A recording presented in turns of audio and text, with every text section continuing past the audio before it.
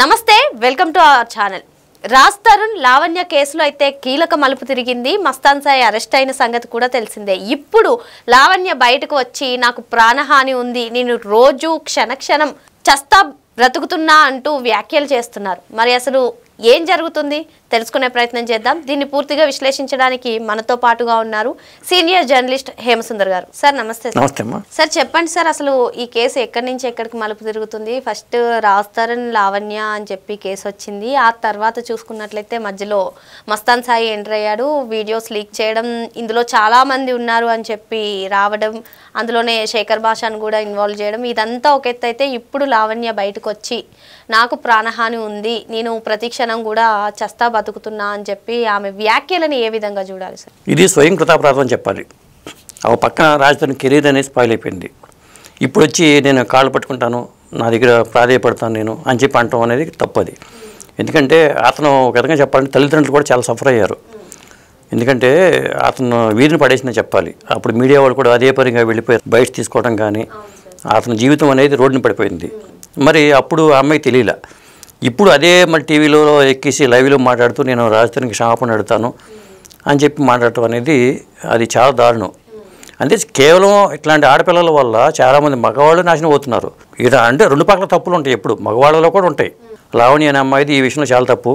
ఆ అమ్మాయికి డ్రగ్స్ అలవాటు ఉండటం కానీ, రాజధాని డ్రగ్స్ కేసులో అతను ఆ డ్రగ్స్ అలవాట్లు ఉన్నాయంటాం కానీ. సార్ అమ్మాయికి డ్రగ్స్ అలవాటు ఉన్నాయి, కేసులు కూడా నమోదయ్యాయి, కానీ ఎక్కడా కూడా ఆమెకి టెస్టులు చేయకపోవడం కానివ్వండి, మస్తాన్ సాయి దగ్గర ఏదైతే హార్డ్ డ్రైవ్ దొరికిందో అందులో అమ్మాయి వీడియోలు అసలు లేకపోవడం ఏంటి? అసలు పోలీసులతో అమ్మాయి ఏమైనా కుమ్మక్కైందా లేదంటే ఏం జరుగుతుంది? అంటే పోలీసులు కూడా మరి వాళ్ళు మస్తాన్ సాయి దగ్గర వీడియోలు దొరికినాయి, చాలా మంది అమ్మాయిల జీవితాలన్నీ నాశనం అయిపోయినట్టుగా చెప్పారు. అతని వీడియోలు కూడా మస్తాన్ సాయి అనే వాడు వచ్చాడు. తర్వాత శేఖర్ భాష అనే అతను దాంట్లో బిగ్ బాస్లో ఉన్న అతను కూడా అప్పుడు పేరు బయటకు వచ్చింది. ఇప్పుడు ఇవన్నీ చూస్తుంటే ఏంటంటే అసలు ఇండస్ట్రీలో ఏం జరుగుతుంది లేదా బయట ఏం జరుగుతుంది, సినిమా వాళ్ళు పాత్ర ఉన్నట్టుగా వార్తలు వస్తున్నాయి.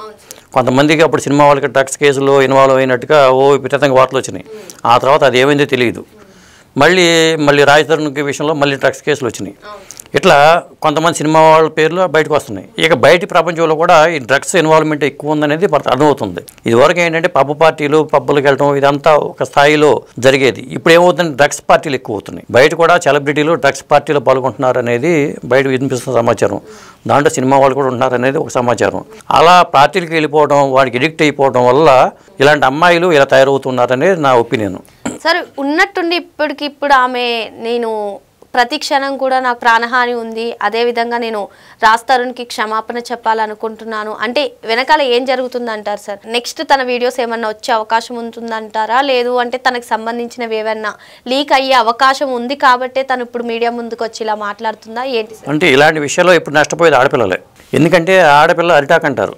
ఇప్పుడు ముళ్ళు వచ్చి అరిటాక్ మీద పడ్డా, అరిటాక్ వచ్చి ముళ్ళు మీద పడ్డా నష్టపోయేది అరిటాకే. అంటే తప్పు చేయకపోయినా సరే ఆడపిల్ల. ఎందుకంటే ఇన్వాల్వ్ అవటం వల్ల ఏమవుతుందంటే ఇప్పుడు అమ్మాయి ప్రాణహాని ఉందంటున్నారు. అంటే ఇప్పుడు శేఖర్ భాష కావచ్చు, లేకపోతే మస్తాన్ సాయి కావచ్చు, లేకపోతే రాజ్ తరుణ్ కావచ్చు, వీళ్ళలో ఎవరి వల్ల హాని ఉన్నట్టే కదా.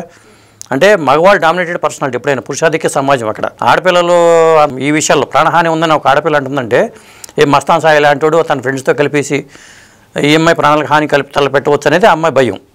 అంతే కదా, ప్రాణహాని ఉందంటే అదే అర్థం. లేకపోతే ఇంకా అలాంటి వ్యక్తులు ఇంకా చాలామంది ఉండొచ్చు. బయటికి రాని పేర్లు ఇంకా తెరవనికి చాలామంది ఉంటారు. ఎందుకంటే కొంతమంది పేర్లే బయటకు వస్తున్నాయి, ఇంకా రాని వాళ్ళు కూడా ఉండొచ్చు కదా.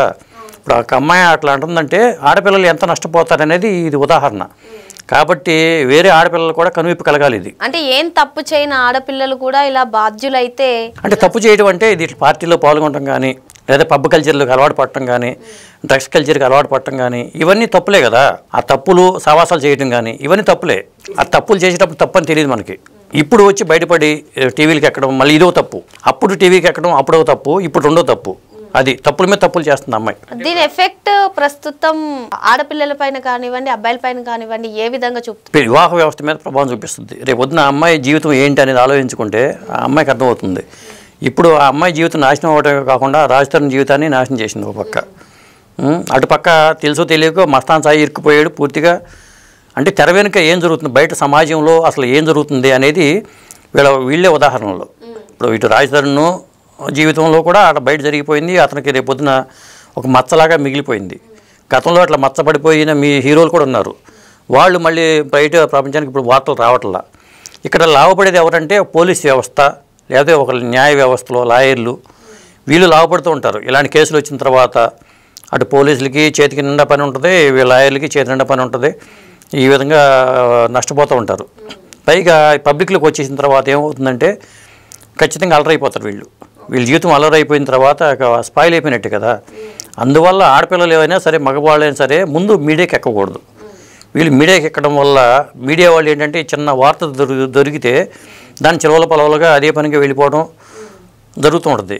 ఇప్పుడు ట్రోల్స్ పేరుతో, రకరకాల ట్రోల్స్ పేరుతో, నిన్న కాక మన పృథ్వీ విషయంలో చూసాం ఎన్ని ఫోన్లు వచ్చినాయో, ఆయన హాస్పిటల్ పాలైపోయారు. అంటే ఇట్లాంటి మన వేదికల మీద మాట్లాడేటప్పుడు కానీ, లేదా మనకు ఏదైనా నష్టం జరిగినప్పుడు మీడియాకి ఎక్కాలనుకోవడం కానీ తొందరపాటు చర్య అని చెప్పాల్సి వస్తుంది. ఈ ఇష్యూ పైన ఇండస్ట్రీ ఏమైనా స్పందిస్తుందా సార్? ఎందుకంటే లావణ్య ఇండస్ట్రీ నుంచి రాజ్ తరుణ్ ఇప్పుడు ఏమంటారు, ప్లస్ తను నాకు ప్రాణహాని అంటుంది కాబట్టి ఏదైనా స్పందించే అవకాశం? అసలు ఇండస్ట్రీ దీన్ని పెట్టుకోదు. అది వ్యక్తుల వ్యవహారం, వ్యవస్థ వ్యవహారం కాదనేది ఇండస్ట్రీ ఒపీనియన్. వ్యక్తులుగా వాళ్ళ కేసులు వాళ్ళు పరిష్కరించుకోవాలి తప్పితే దీంట్లో ఇండస్ట్రీని బ్లేమ్ చేయడం ఎంతవరకు కరెక్ట్ అంటున్నారు. ఇప్పుడు మన మధ్యన డ్రగ్స్ కేసు రేవ్ పార్టీల విషయంలో హేమా పేరు వచ్చినప్పుడు కూడా అది ఇండస్ట్రీకి ఏం సంబంధం అని చెప్పి మాట వచ్చింది. కాబట్టి అది డ్రగ్స్ కేసు అయినా కానీ, రేవ్ పార్టీలు కానీ ఏవైనా సరే ఇండస్ట్రీకి సంబంధం లేదు. వ్యక్తులుగా వాళ్ళు పరిష్కారం చేసుకోవాలి, వాళ్ళు జాగ్రత్తగా ఉండాలి. అది జరగాల్సింది. కానీ ఇక్కడ ఏమవుతుందంటే ఇప్పుడు రాజ్ తరుణ్ వ్యవహారంలో మళ్ళీ రాజ్ తరుణ్ లాగింది అమ్మాయి. ఇప్పుడు ఆ అమ్మాయి మస్తాన్ సాయికి జరగాల్సిన వ్యవహారాన్ని వాళ్ళిద్దరు పరిష్కరించుకోవడం, వాళ్ళిద్దరి మధ్యలో ఉండాలి. కానీ మళ్ళీ పేరులో రాజ్ తరుణ్ లాగేసింది. దీనిపైన రాజ్ తరుణ్ ఏమైనా స్పందిస్తారంటారా? అంటే మళ్ళీ స్పందించాల్సిన అవసరం ఏర్పడితే స్పందించాల్సి వస్తుంది. ఎందుకంటే నాకు క్షమాపణ చెప్తానంటుంది కాబట్టి ఆ అమ్మాయి. ఇప్పుడు రాజ్ తరుణ్ మీద ఆరోపణ చేయట్లేదుగా, అప్పుడు ఆరోపణ చేసింది, ఇప్పుడు క్షమాపణ చెప్తానంటుంది. మరి నష్టం ఎక్కడ జరిగింది? అతనికి నష్టం జరిగింది కదా, అప్పుడు డ్యామేజ్ అయిపోయింది. ఆ డ్యామేజ్ నుంచి ఇప్పుడు క్షమాపణ చెప్పినంత మాత్రాన ఆ డ్యామేజీ పూడ్చలేంది. అది అతని కెరీర్ స్పాయిల్ అయిపోయింది. మరి సినిమాల పరంగా కూడా సినిమాలు రావు. కేసులు హీరోలు ఇరుక్కుంటారంటే నిర్మాతలు కూడా వచ్చి సినిమాలు చేయరు. అది చాలా ఎఫెక్ట్. అది ఒక హీరో కెరీర్ మీద చాలా ఎఫెక్ట్. ఎందుకంటే గతంలో డ్రగ్స్ కేసులు ఇరుక్కున్న ఫర్దీన్ ఖాన్ బాలీవుడ్లో కానీ, లేకపోతే తెలుగులో ఒక హీరో అట్లాగే జరిగింది. చాలామంది హీరోలు ఆ కేసులో ఇన్వాల్వ్ అవడం వల్ల వాళ్ళ కెరీర్ స్పాయిల్ అయిపోయింది. ఇప్పుడు ఒక అమ్మాయి మీడియా ముందుకు వచ్చి నాకు ప్రాణహాని ఉంది అని చెప్తుంది. మరి పోలీస్ ఏమన్నా ప్రొటెక్షన్ కల్పిస్తారంటారా? అసలు కేసులు ఇంకా చూస్తే ఇంకా విచారణ కొనసాగుతూనే ఉంది సార్. మరి ఆ అమ్మాయికి ఏమైనా ప్రొటెక్షన్ ఇస్తారా ఏంటి సార్? అంటే ఆ అమ్మాయి బ్యాలెన్స్ చెప్పి మాట్లాడినట్టుగా భావించాల్సి వస్తుంది. గతంలో అమ్మాయి అట్లాగే ఒక నిర్మాత మీద చాలా దారుణమైన ఆరోపణలు చేసింది. అది చివరికి సినిమా మీడియా మా అసోసియేషన్ వాళ్ళు ఇన్వాల్వ్ అయ్యి మధ్యవర్తిత్వం చేసి పరిష్కరించాల్సిన పరిస్థితి ఏర్పడిపోయింది. ఈ విధంగా ఏంటంటే బ్యాలెన్స్ తప్పి మాట్లాడటం వల్ల చాలా నిర్మాతలు డ్యామేజ్ కావచ్చు, లేకపోతే హీరోలు డ్యామేజ్ కావచ్చు, ఏదైనా జరుగుతుంది. కాబట్టి ఇలా మీడియా ముందుకు వచ్చి మాట్లాడటం కాకుండా ఏమైనా సమస్య ఉంటే మీడియా ముఖంగా రాకుండా తెర వెనుకగా సమస్యలు పరిష్కారం చేసుకోవడం అనేది ఉత్తమం ఎప్పుడైనా సరే. ఇప్పుడు వచ్చేసి నేను క్షమాపణ చెప్తున్నానని మీడియా ముఖంగా చెప్పడం కాకుండా, అంటే ఆ అమ్మాయి రాజ్ తరుణ్ విషయంలో ఒక విధంగా అతను కొంత డ్యామేజ్ని పూడ్చినట్టే. ఎందుకంటే అతను కావాలని చేసింది అనేది అర్థమవుతుంది. ఇప్పుడు నేను రాజ్ తరుణ్కి క్షమాపణ చెప్తాను అంటూ అమ్మాయి అంటుందంటే నేను ఆ గతంలో నష్టం చేశాననే కదా, ఒప్పుకున్నట్టే కదా, తప్పు చేశాననే భావన అమ్మాయిలు వచ్చింది, పశ్చాత్తాపం కలుగుతుంది అమ్మాయికి. కానీ మీరు ఇతరత్ర వ్యవహారాల్లో, మస్తాన్ సాయి వ్యవహారంలో మరి ఇంతమందితో లింకులు ఎలా ఏర్పడినాయి అమ్మాయికి, ఇంకెవరెవరు లింకులు ఉన్నాయి, ఇవన్నీ ఏమవుతుంది, పోలీసుల దగ్గరికి ఒకసారి కేసు వెళ్ళిపోయిందంటే వాళ్ళు మొత్తం లాగుతారు. దీంట్లో సంబంధం లేని వాళ్ళు కూడా లాక్కొస్తారు. చాలా ఇబ్బందికరంగా ఉంటుంది. కాబట్టి తెలుసుకోవాలి, మిగతా ఆడపిల్లలు కూడా తెలుసుకోవాలి ఇది. మరి ఈ కేసు ఇంకెన్ని మలుపులు తిరుగుతుందో వేచి చూడాలి. Thank you sir. Thank you అమ్మా.